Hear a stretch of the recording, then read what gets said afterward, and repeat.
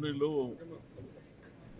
రామోజీరావు గారు మరణించడం చాలా బాధాకరమైనటువంటి అంశం.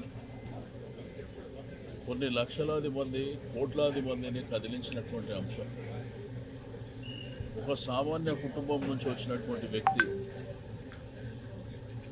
ఈరోజు ఒక పెద్ద సామ్రాజ్యాన్ని సృష్టించడమే కాకుండా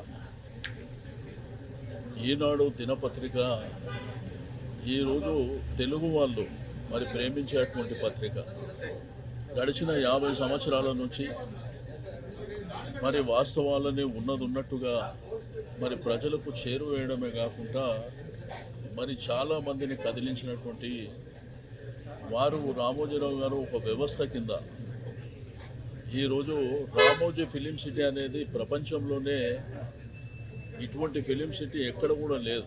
ప్రపంచంలో చాలా ప్రాంతాలు మేము పర్యటించినప్పటికీ మరి వారి యొక్క కృషి పట్టుదల కమిట్మెంట్తో ఇంత బ్రహ్మాండమైనటువంటి ఫిలిం సిటీ సాధించడమే కాకుండా కొన్ని లక్షలాది మందికి ఉపాధి కల్పించినటువంటి వ్యక్తి.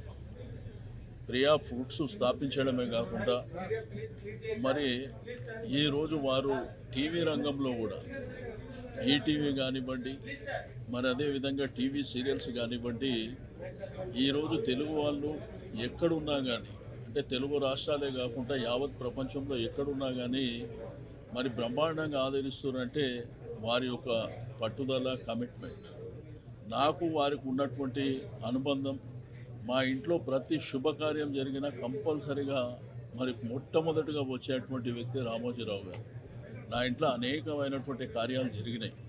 శుభకార్యాలు దగ్గర 20 శుభకార్యాలు జరిగితే మరి ఖచ్చితంగా 16-17 శుభకార్యాలలో వారు భాగస్వామ్యం కావడం నా అదృష్టం అని చెప్పి నేను ఈ సందర్భంగా తెలియజేస్తాను.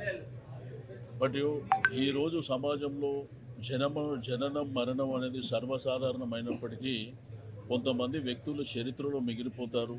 అందులో రామోజీరావు గారు మొదటి వారుగా మిగులుతారని చెప్పి నేను ఈ సందర్భంగా తెలియజేస్తూ ఉన్నాను. ఆ కుటుంబానికి భగవంతుడు ధైర్యాన్ని ఇవ్వాలి. తప్పకుండా వారు ఏ ఆశయాలతోని ఈ వ్యవస్థల్ని స్థాపించిండో తప్పకుండా దాన్ని ముందుకు తీసుకువెళ్ళవలసినటువంటి అవసరం ఆవశ్యకత మరి ఉన్నది.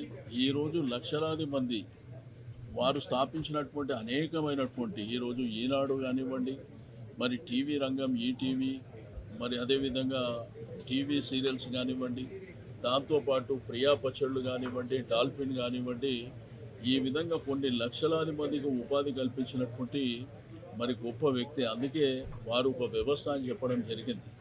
కాబట్టి ఆ భగవంతుడు వారికి ఆత్మశాంతి చేకూర్చాలి, ఆ కుటుంబానికి ధైర్యాన్ని ఇవ్వాలని చెప్పి నేను కోరుతా ఉన్నాను.